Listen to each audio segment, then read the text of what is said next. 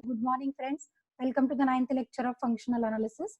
In the last lecture, we have seen how the set of all continuous linear transformation forms a Banach space, provided that codomain of the corresponding mapping n-say is complete. Okay. In today's lecture, instead of going to the next point, we just want to have a revision of the theorem quotient norm space is a Banach space. Okay. Let me share my screen. Yes, here we are. Now this is a definition of a quotient norm space. The definition says that if M is a linear subspace of a linear space N, then if we define for any two elements x1, x2, n, an equivalence relation called equivalent modulo M.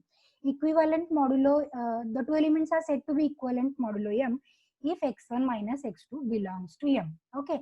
Now whatever is this relation we are going to define is an equivalence relation. We know the important property of an equivalence relation. That equivalence relation is going to divide the given set into mutually disjoint equivalence classes. Okay. Therefore, here also I can show you, say this is our linear space N. Okay. And this equivalence class is going to divide our given set into a partitions like this. These are the mutually disjoint equivalence classes. We know any two classes if we take, any two equivalence classes if we take, then the two equivalence classes are either mutually disjoint or same. Therefore, here M will be one of the partitions, and what are the remaining sets? Remaining will be, say, x1 plus M, okay, x2 plus M, and so on.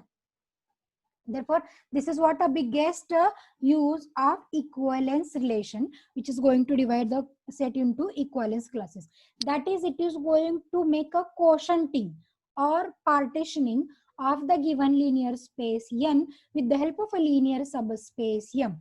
That's why the name is given to be quotient space. This is quotient space. Now we will check whether this is going to form a linear space or vector space or not. Okay, to do so, here I will show you in this is a set n by m.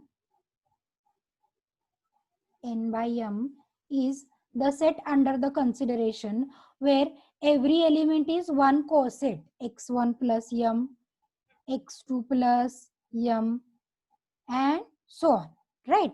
Every element is one coset. Now, before going to say that this forms a linear space or a vector space, what one should check? One should check whether it is a linear space or it satisfies all the properties. Before that, we will define the two operations. So which are the two operations needed to check whether it is a linear space or not? Is the first is vector addition, second is scalar multiplication. The vector, the addition in the addition in this set n by m is defined as x plus m plus y plus m is x plus y plus m. Similarly, scalar multiplication is defined as alpha times x plus m is equal to alpha x plus m. If we look at this addition, as x and y are the elements in n, therefore what about this addition? It must be an element of n. Therefore, this resulting element x plus y plus m must be an element of this set, because here if any element has to be a set, all those x must be the elements of n, right? Therefore, here alpha x, for any alpha, for any scalar alpha, alpha x must be an element of n again. Therefore, this alpha x plus m again must be an element of n by m. Means surely the set is closed under addition and scalar multiplication. Similarly, one can find out, one can verify all the remaining properties of the linear space. And capital M works as the additive identity of the corresponding linear space. Additive identity means zero, right? Therefore, this is a zero of the linear space n by m. This is a zero. Therefore, this is called as a zero element. Therefore, under these two operations, it forms a linear space. Is the point clear? Therefore, we can call it as quotient space, rather quotient linear space, right? This concept goes very parallel to a quotient group as we have seen in the group theory. Now, what is our theorem to understand? The theorem statement is, if M is a closed linear subspace of a norm-linear space N, if the norm of the coset X plus M in the quotient space N by M is defined as norm 1 of norm 1 of X plus M is equal to inferior norm X plus M on the condition M belongs to M. This norm 1 is the symbol used just to differentiate the norm defined on the quotient space from the norm defined on the space N itself. Okay. Therefore, what one can say? Norm 1, norm is the norm defined on the space N, and norm 1 is the norm defined on the quotient space N by M. Therefore, these are just to differentiate, right? Therefore, how the norm 1 is defined? Norm 1 of X plus M is inferior norm X plus M. What this norm 1 of X plus M wanted to tell us, this is a distance of a coset X plus M from the zero vector. What is the zero vector in the N by M space? We have seen the zero vector is nothing but a set M. Therefore, actually, this is a distance of a set X plus M from the set M. Okay, here I will show you again. This is a quotient space N by M. Say this is my 0 and this is say X plus M. Okay. Now this norm 1 of X plus M is going to find out the distance of this set X plus M, rather a coset X plus M from the set M.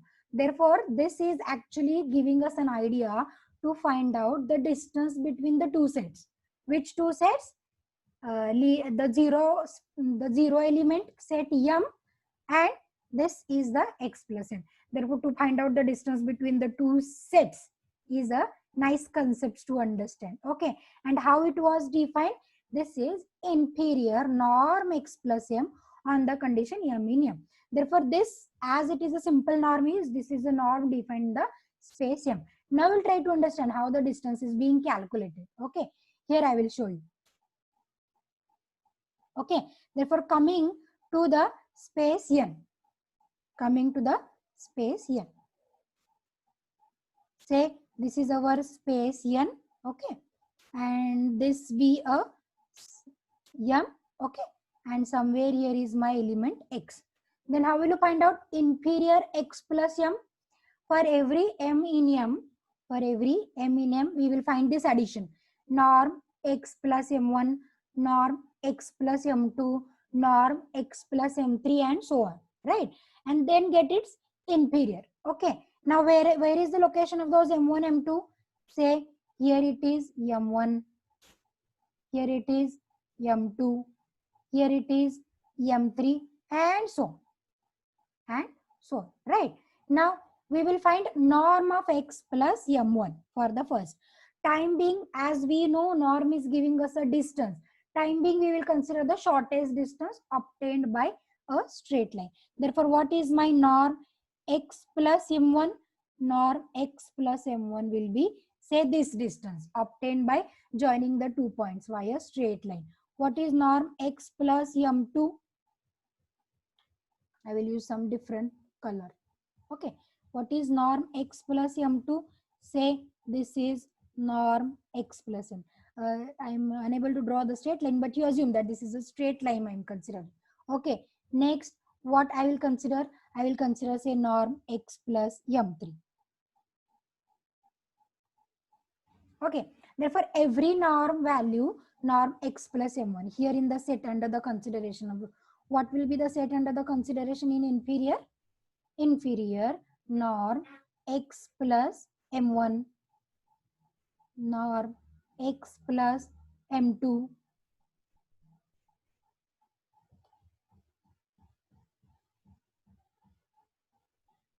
right? Norm X plus M3. These are the elements of our set, right? And we will find out all those. X is an element of N, M1, M2, all those are the elements of our space m, but m is the subspace of n, therefore all these are the elements in n itself.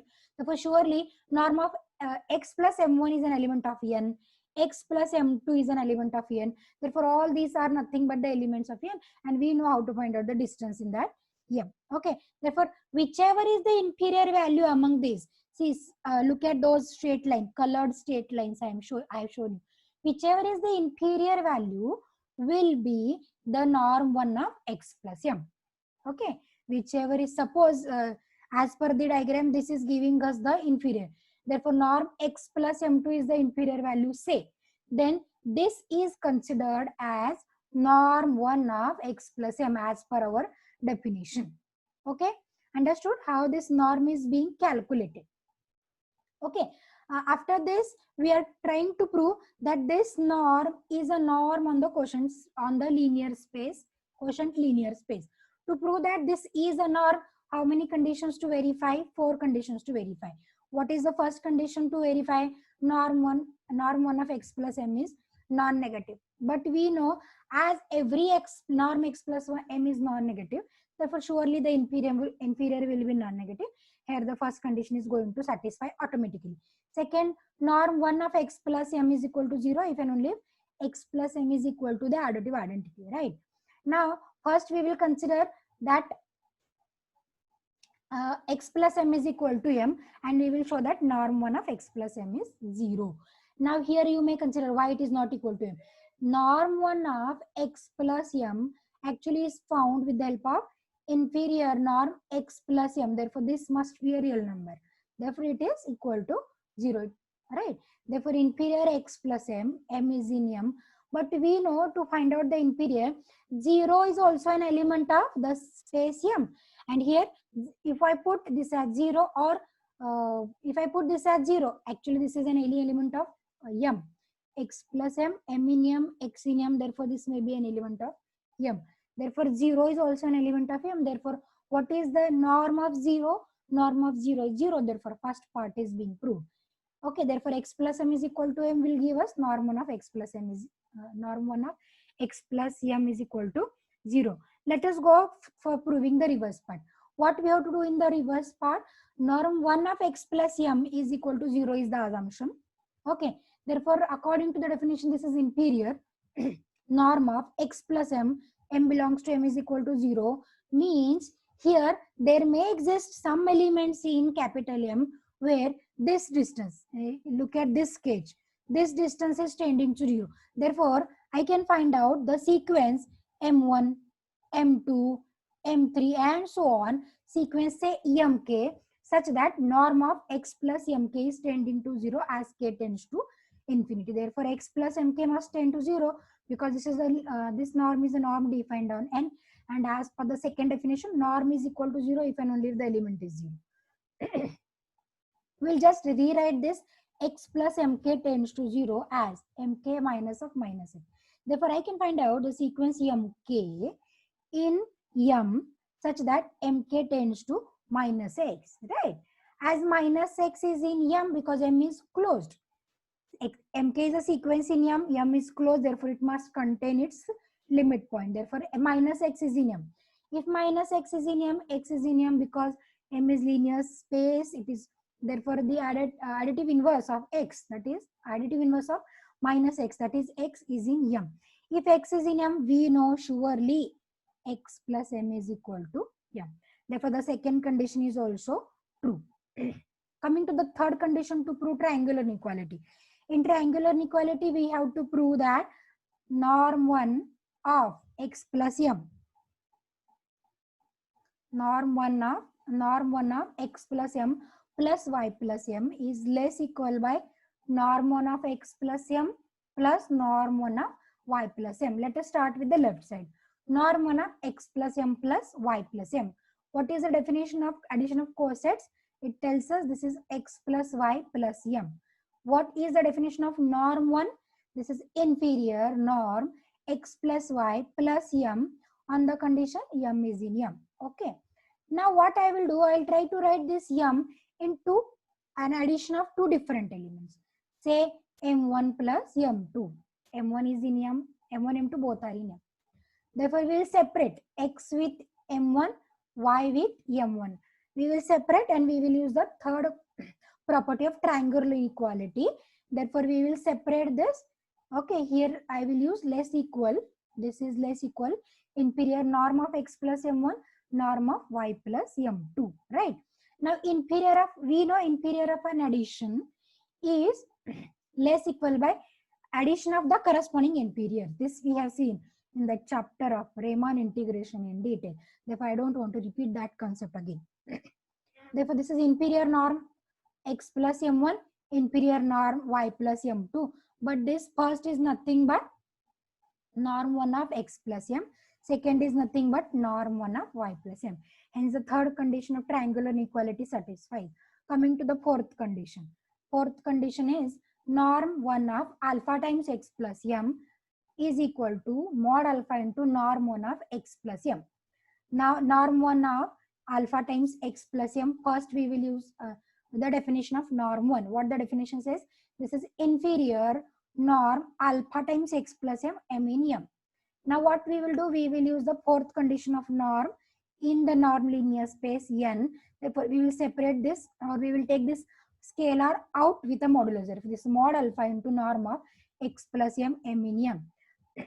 Inferior is depending on m, not on alphas. Okay.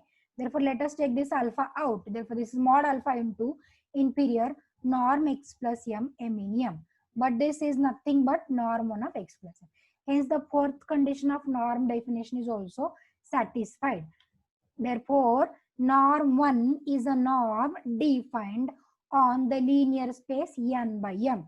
Therefore, we can call now this to be a quotient norm space. Okay. Now, the next step to prove that this quotient norm space n by m is complete, given that n is complete. N is complete. Now, we know the process how to prove the space to be complete. We should start with one Cauchy sequence, and to prove that this Cauchy sequence converges to the point in the same space. Okay. Therefore, what should we do here? We should start with one Cauchy sequence. Say Sn plus m is a Cauchy sequence in n by m, provided Sn are the elements in n. Sn are the elements in n. See, whenever we are writing the coset x plus m, this x must be an element of n. On the parallel lines, in this Cauchy sequence also, in the Cauchy sequence Sn plus m, Sn must be an element of n.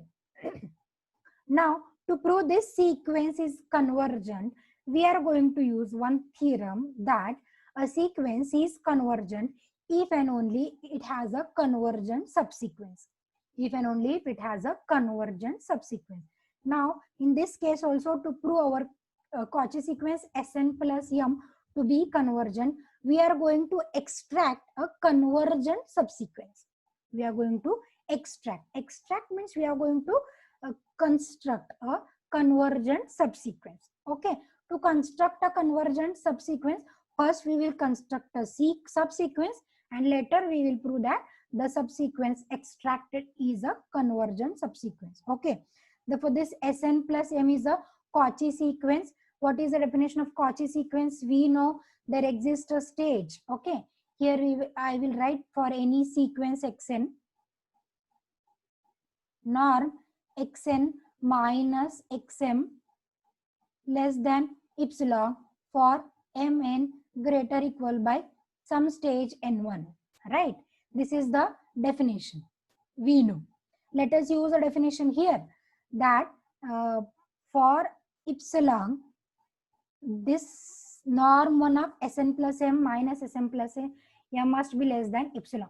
Now, what we will do? We will select some particular values of the epsilons, and we will fix the stages in order to extract the subsequence. Okay. Therefore, the first value of epsilon we will fix is say half. Then, for this value of epsilon half, we will find out a positive integer n1 such that norm 1 of Sn plus m minus Sm plus m is less than half. This is a stage n1. Okay. Here I will draw one straight line to show you how the sequence point are extracted. Okay, suppose these are the sequence point. This is first sequence point Sn, first second sequence point Sn. This is the sequence points of SN. Okay, therefore here which point we have fixed out? N1. Okay, positive integer N1 we have fixed out, for which for this stage N1, if for epsilon less than half, we get this inequality norm 1 of Sn plus m, Sm plus m less than half. Okay, now I will fix this position to be say Sn1, and I will call this as x1 say. Okay, now what the job we will do? We will make the value of epsilon still smaller. That is, say epsilon is equal to 1 by 2 square. 1 by 2 square means it is 1 by 4. From 1 by 2 to 1 by 4, we have made the value of epsilon still smaller. Okay, then say suppose there exists a positive integer n2 greater than n1, such that norm 1 of Sn plus m minus Sm plus m less than 1 by 2 square. Okay, why this n2 we have taken to be greater than n1? Because whenever we want to extract a subsequence, we should not change the order. Okay, therefore say somewhere here is the position n2. This n2 is greater than n1, and we will say at this place we have a sequence added element Sn2, and let me call this as x2. Getting me? Okay, now if we proceed like this, we will make say epsilon is equal to 1 by 2 cube, that is 1 by 8. Then we will get a positive integer say n3 still greater than n2, right? Such that, and we will just continue the process. Okay, therefore what I am going to say for the first two steps, say Sn2 is x2. Therefore what this step becomes? Sn2, this is greater equal by S for all Sn1. This is greater equal by Sn1. Therefore, the statement is equally true for N2 also. Here I will write this is equally true for N2, because N2 is an element we have selected greater than N1. Therefore, here if I write Sn2 and here if I write Sn1, still the statement is going to hold, right? Therefore, here I will write Sn2. Sn2 plus m, right? Minus Sn1 plus m, and still less than half. Actually, it is both are true for Mn greater equal by n1, but n2 is greater than n1. Therefore, the statement is equally true for n2 as well. Therefore, I am going to replace the value n2 here and n1 here. Okay, are you getting me? This statement is true for all the values on the right of n1. On the value right of n1, mn, all the values right of n1. Therefore, we can write this statement is true for n1 and n2. Okay. Therefore, replacing here Sn2 plus m. But what is Sn2 we have selected? X2. What is Sn1 we have selected? X1. Therefore, on the next step, I can write Sn2 is x2, Sn1 is xn. Therefore, what we have obtained? Norm of x2 plus m minus x1 plus m is less than half. Okay, keep this statement is in mind. Okay, now whatever the process we have followed, selecting the values of epsilon 1 by 2, 1 by 2 square, 1 by 2 cube, and so on. Let us continue the process. Then for the value of epsilon, 1 by 2 raised to k plus 1. What will be a stage? See, for the value of epsilon 1 by 2 square, the stage is the n2, n2 is greater than n1. Therefore, for the value of epsilon equal to half raised to k plus 1, I can say there exists a stage nk plus 1 which is greater than nk. Therefore, what will be a location? Somewhere here will be a location. Say, this is nk, and say here it is nk plus 1. And what is the position here? Snk is some xk, and here Snk plus 1 is equal to xk plus 1, right? Therefore, this point you have to keep in mind, right? Therefore, Sn plus m minus Sm, norm 1 of Sn plus m, Sn plus 1 less than by this epsilon half raised to k plus n for all mn greater than by nk plus 1. Nk we have selected greater than nk. Okay. And again, this xk plus 1 we have called as snk plus 1 we are going to call as xk plus 1. Now see here, from this we have obtained a sequence xk. First position x1 for the first stage n1, second position x2 for the second stage n2, and so on. Therefore here we have extracted a sequence xk from a sequence sn, right? Therefore one subsequence xk we have extracted from sn. Similarly, then I can say that we have extracted a subsequence xk plus m. From which subsequence? Sn plus m. Okay, understood how we have extracted? This is what a process we have followed for the extraction. For x long equal to half, stage n1, we are calling this as sn1, let it be x1. For x long is equal to 1 by 2 square, let the stage be n2, let the corresponding element in the sequence sn be sn2, let me call it as x2, and so on. Okay, and what is the nature of our subsequence? What is the property of our subsequence? The property is xk plus 1. Now this statement is true for all nk, for all the elements on the right of nk plus, for all the elements on the right of n. Therefore here I can write this is snk, this is snk, right? snk plus 1 plus m minus snk plus m less than half raised to k plus 1. Why? Because this statement is true for all nk plus, for all values greater than nk plus 1, right? Therefore here we will change this snk plus 1 to xk plus 1, snk to xk. Therefore this is a rule we have obtained for that extracted subsequence, right? Now this extracted subsequence is every element in the subsequence is again a coset. Therefore it will be a bit difficult for us to prove the convergence. Therefore what we will do, we will select one element from every coset. Okay, let me write that sequence. First element is x1 plus m, second element is x2 plus m, and so on. Okay, this is a sequence. Which sequence? X, k plus m. Right. Now what we will do? We will select one element y1 from this first coset. Okay. And let me write that element to be x1 plus m1 for some m1 in m. For some m1 in m. And we will use this equation 1.3.11. Which equation? This equation I'm going to use. Okay. Therefore this is x2 plus m, norm 1 of x2 plus m minus x1 plus m is less than half. Let us use the definition. This is inferior. What is this definition? How it's going to work? x2 minus x1 or x1 minus x2 as we are in the norm. Therefore this norm of x1 minus x2 plus m less than half. Okay. Now inferior value is less than half. Therefore let me say the inferior of this set is going to exist for some m naught. Therefore how can I write? Norm x1 minus x2 for this m naught inferior holds, this is less than by half. Now what we will do, I'll just try to adjust the value m1.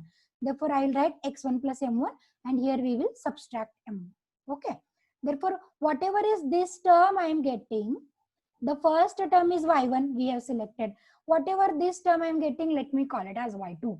Therefore this is y2 is of the type x2 plus some element of m. Therefore, may I say y2 is x2 plus m2 say. This is if I call this as some m2. Therefore, y2 is an element we have obtained from a coset x2 plus m. Okay. Therefore, one element from the first coset x1 plus m say m1. Another element y2 from the coset x2 plus m and so on. Likewise, just proceeds in a similar manner to choose y3 in x3 plus m such that norm of y2 minus y3 less than half square. If we just put it in the above equation, we will get this. Therefore, we have obtained a sequence yn in n. Why I am saying in n? Because all these added elements x1, x2, all these added elements are the elements in n. These are the elements in m. M is a subset of n. Therefore, this added element is an element of n. Therefore, all y's are the elements of n. Therefore, we are going to obtain a sequence yn in n which follow this rule. Norm yn minus yn plus 1 less than half. Therefore, we have obtained a sequence yn now. See, from a sequence Sn plus 1 to a subsequence xk plus m. Now, taking one element from every coset, we have obtained a sequence yn here. Okay. Now, our aim is to show as this is a sequence in n, we know n is complete. Right? As n is complete, we will just prove that this sequence is Cauchy. To show that this is Cauchy, we will start with norm of ym minus yn. We will add this sum points as we have seen this concept already. I'm not going to explain these calculations in detail. We will add and subtract ym plus m. We will add and subtract ym plus 2 and so on. Okay, using triangle inequality, let us separate. Okay, this term is less than half raised to m by the rule here we have defined. Norm of yn minus ym plus n less than half raised to n. Therefore, this is norm ym. First is less than half raised to m, second is less than half raised to m. Therefore, by using this is a geometric progression with the first term half raised to m, common ratio half.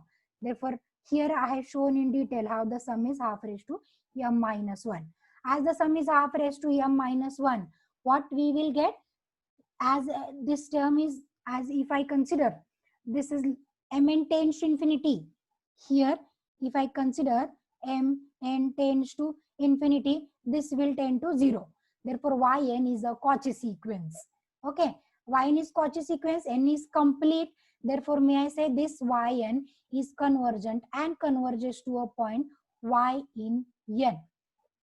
Okay, therefore, what is now our aim? See, from a sequence Sn plus m, we have came to, wait a minute.